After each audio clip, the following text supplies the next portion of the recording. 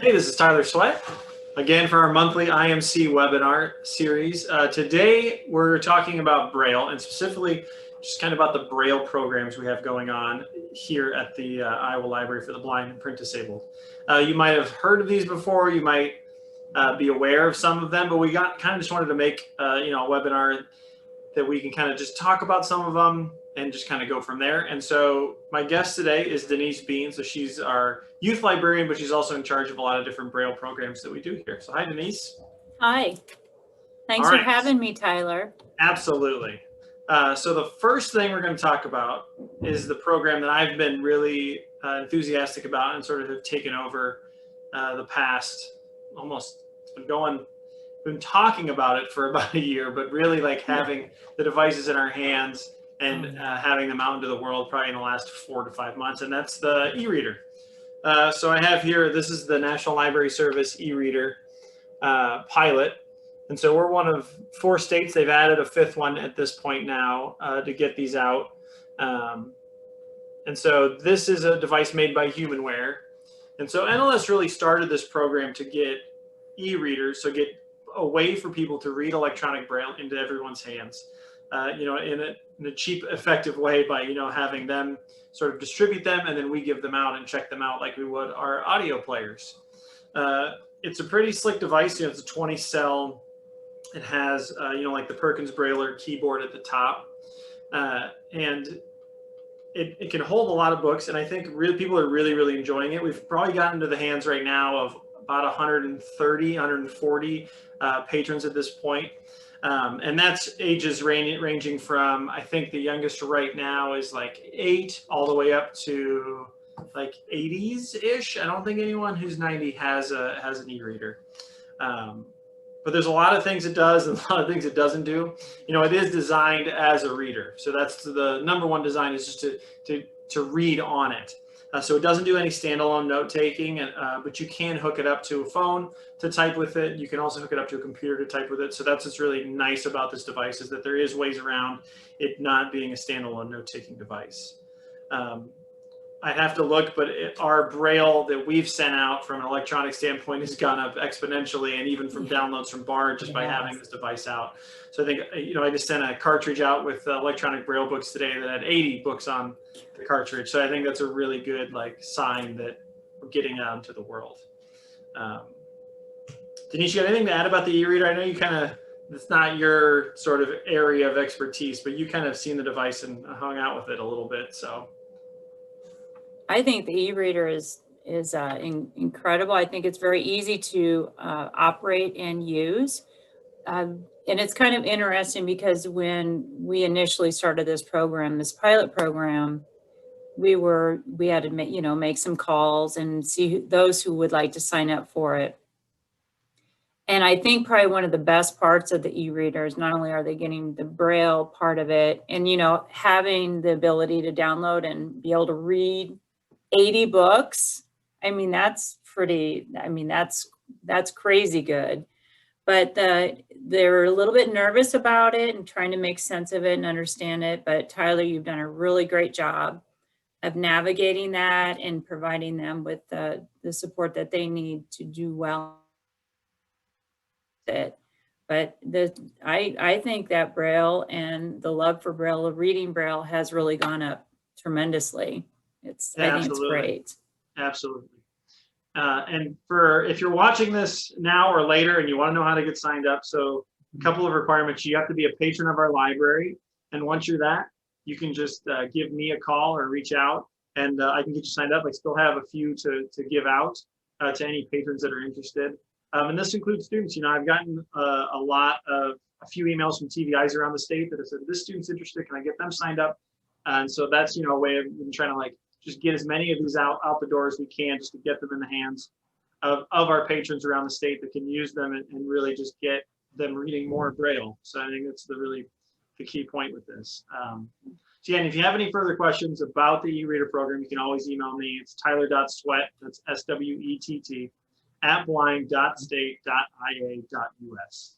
And so that's kind of it. And we do have a blog post about it, but it's on our library blog. I'll go ahead and show that now, just for anyone that wants a little more information. So I'm going to go. So that's iowalibrary.blog. And then I think it's under, I never remember where it is, resources. So that we're going to go under the Braille e-reader pilot. And so on here, the big things, you're going to have the user guide that's in, it's a Word document. And then these are all the videos from the National Library Service that kind of talk about the basic uses for it. So physical description, just main menu, pairing it with an iPhone, just getting books onto it, and all of the, and where to get help and those types of things that go along with it. So if you do want more information, that's a great place to start to kind of check it out and see sort of what's going on with that. And my email is also listed on that page as well as my phone number if you want to give that a call to get you set up for that. So, all right, so that's the e-reader pilot. Moving on, we're gonna go over to Denise now. We're gonna talk about some of the programs that she's involved with. And I'm gonna share the screen for that to kind of go from there. So if we go back to the department page and we go to the instructional materials. All right, so Denise, weekly dose of Braille, we can start there. Okay, the weekly dose of Braille was kind of born a couple years ago, and each week another dose is presented and put out there for those that are really love Braille. It's kind of a higher end learning. It's more advanced Braille. It's going to be, excuse me, around, you know, kind of the formats, the rules, those that have, as a Braille transcriber and as as being part of the IMC Instructional Materials Center, creating Braille that is you know, top notch and follows the rules was very essential to providing the best quality Braille to our students. And with Weekly Dose of Braille, there's always that opportunity to really learn more. And sometimes we don't have everything available for us to get to. So what's neat about Weekly Dose of Braille, it is once a week, like I said, you know, you're going to get some kind of, and what's neat about it, if anything's changing or updating on the BANA website, it may be mentioned here in the Weekly Dose of Braille, but again, adding kind of a fun element to it so it's not too difficult to understand. And here's what else is really fun about the Weekly Dose of Braille is we have workshops that generate from this online resource that we have actually coming up in February. We're going to have a Weekly Dose of Braille workshop number 5. And with that, we get together, we talk about, we just have this casual back and forth conversation about the different rules. But yeah, so each one of these are in alphabetical order on here, and then you can just kind of, you know, actually just find one and click on it. If you wouldn't mind, Tyler, just yeah, absolutely. finding one and clicking on it. I just want to show how many there actually are, because it is crazy how much of just a resource this is when you keep just going down. I mean, that's quite amount. All right, we'll just click on all right, the overview of grade 1 indicator, or any okay, of those are good. That's fine. Overview, that's good. All right. Seems like that's always a little bit of a now what is that? Yeah. So this example is just going to kind of, if you slide down, it just takes you through kind of a example of, and it's just, again, they're varying sizes. And here's what, if I've noticed different things that would come through the IMC Center that might have been questionable on how it was done, then or a question would come through to me about a certain rule, then I would look it up and I say, oh, you know what, that should be on the Weekly Dose of Braille. So anytime I have to explore and figure out what it means, then usually it's on my Weekly Dose of Braille. And I think you do a really good job of spelling it out, you know, where you talk about the rules and just give some really good examples of helping walk through what the rules are and just the best way to follow them. And also I kind of highlight, there's some highlighted yellow spot, you know, and it's also done provided in SimBraille, which has your shadow dots, which makes it really easy to make sense of when you're looking at your Braille cell. But yeah, it's just a lot of fun. It's more for your advanced, experienced Braille transcriber. and it's just kind of that upper end Braille.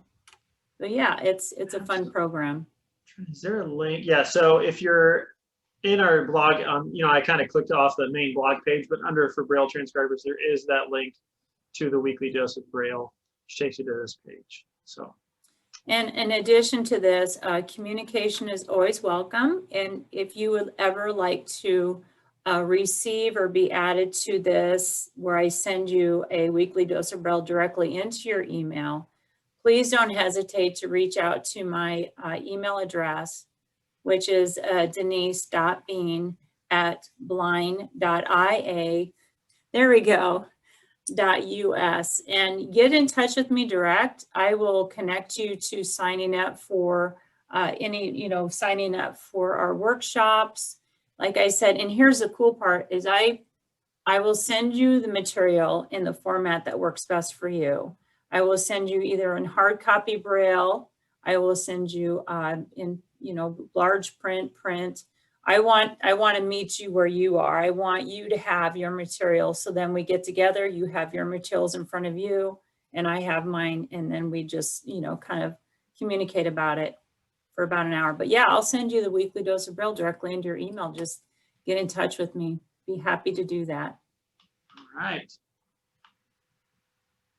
So got weekly dose. So the next one we're going to talk about is we went from sort of that advanced level program. Mm-hmm. We're now going to go down a little bit more and we're going to talk about Braille Bits, which is more of that introductory level to the Braille code. And what Braille Bits, and we were just visiting a little bit ago, there are so many wonderful places that one can go and learn Braille that there are so many. I can just think of several right offhand.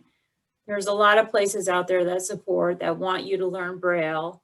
But with Braille Bits, it's just, there's a podcast that ties in with it. There's a lesson, there's a homework involved. There are all these different facets to it.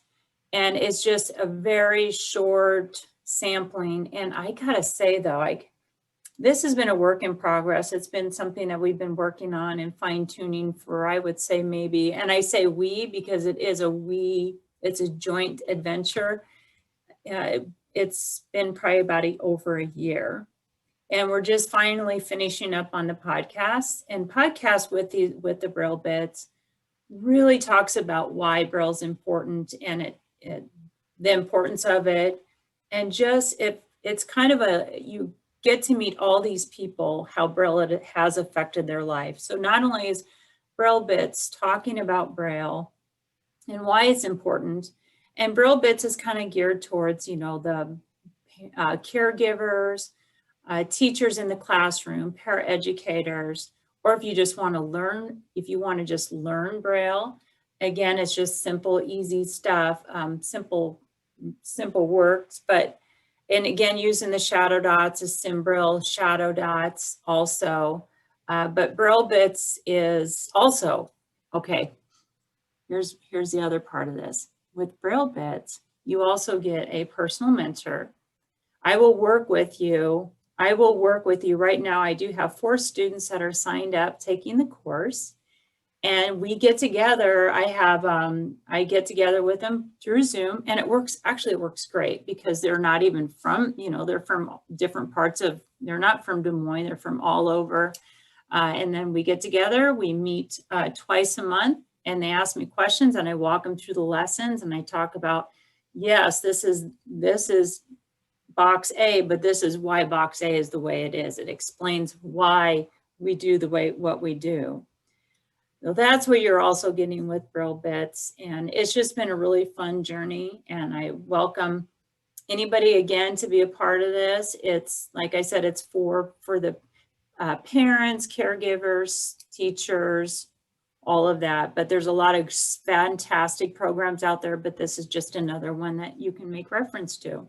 Yeah, and I also, this is set up really nice too, just the way each lesson you got. Lesson one homework, and then the podcast that goes with it. So I think even if, it is someone that could pace themselves, even could just kind of roll through this. Because I think you guys are almost you only have what, 4 more lessons to do for podcasts. Yep. So that's pretty Yes. exciting too, that then you'll have all those done on top of that. So I'm going to kind of click. So it looks a lot like the other one that we saw. It's just kind of just spelled out in a really nice, organized way. You know, like this one's going through the first 10 letters of the alphabet, and just making sure that, you know, you really understand. And there's always practice that goes along with it. And then go to the homework. You know, a lot of it is, you know, the same thing. It's just kind of looking at it and writing the letter that matches. And the other thing I really like is your integration of Perky Duck into it. I think that's a really nice system. Just especially just getting practice. You know, if you're trying to learn Braille but don't have access to an electronic Braille device, you don't have access to a Braille keyboard. That's just a really nice way to kind of make sure you get those skills down of associating, you know, your fingers with the correct dots, just so that, you know, if you do get to the point where you have a device, you can really just fly once you get there. So, yeah. All right. So that's Braille. So we went from advanced to introductory, and now we're going to go even below introductory with our newest program, which really launches on Saturday, right? Isn't that when the first? Yes. Yeah, and that's Braille Babies. Right.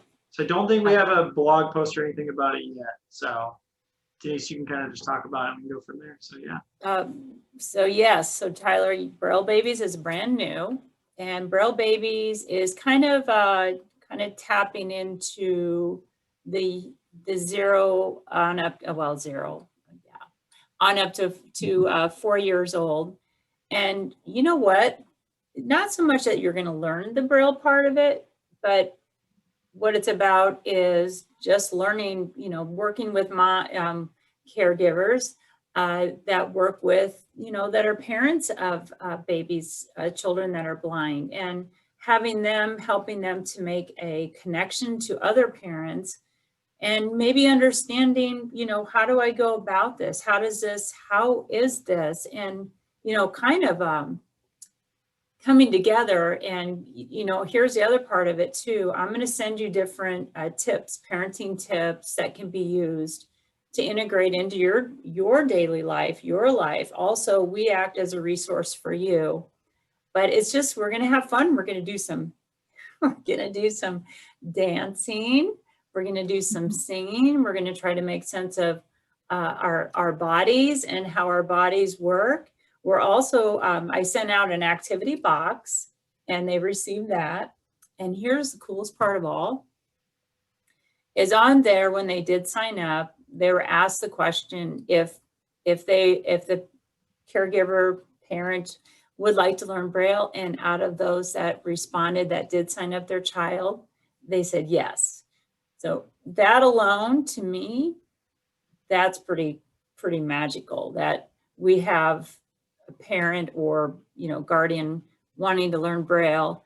And you know what, there's no better person in life than those that live with that child, the child that is blind, learning the importance of Braille and learning the importance of reading, and it all ties in together, and it starts at birth. It just starts at birth, being read to, just having exposure to the books. But so anyway, I sent out a muffin tin, and in the muffin tin, I set it up,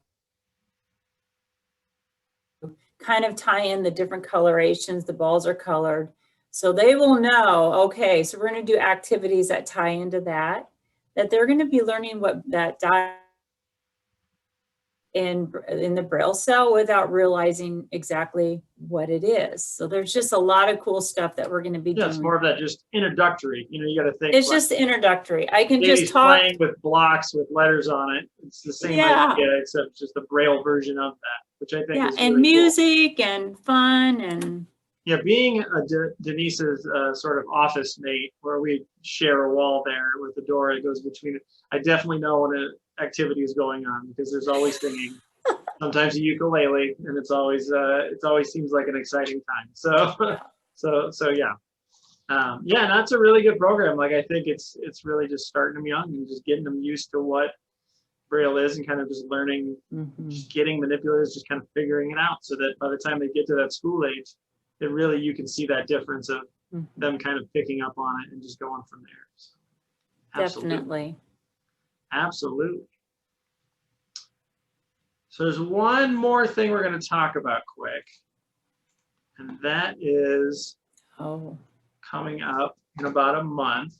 So back on our IMC, if we go down, we're going to talk about the Braille Challenge.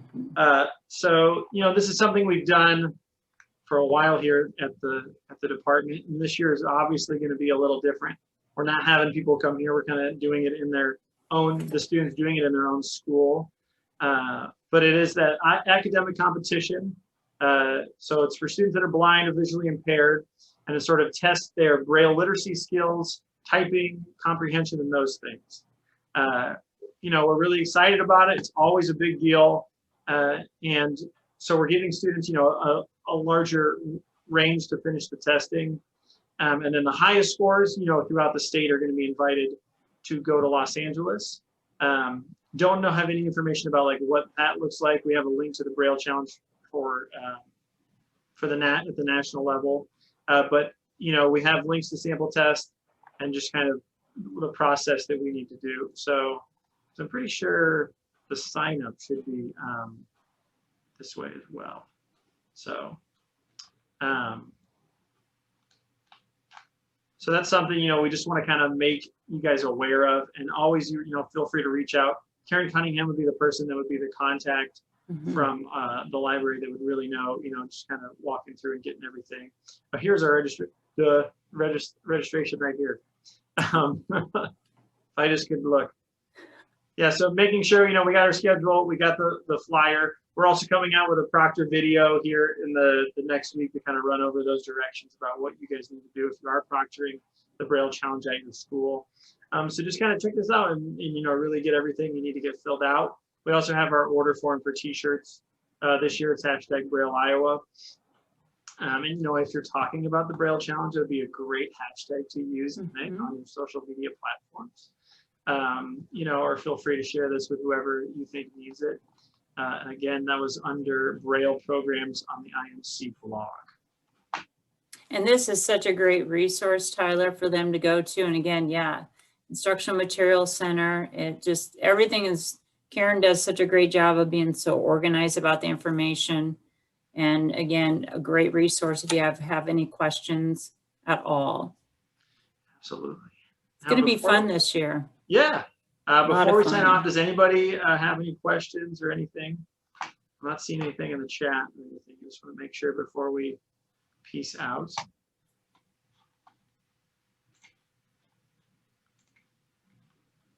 All right. So that is all I got. Back to the e-reader. I have to laugh. Is it true, Tyler? Does somebody actually download?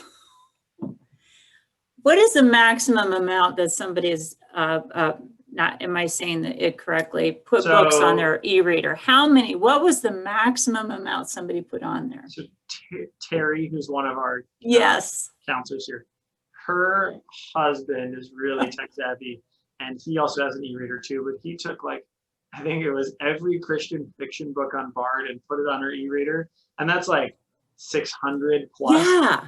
And it all fits. So Braille, like electronic Braille takes up 0 space, which is really, really nice.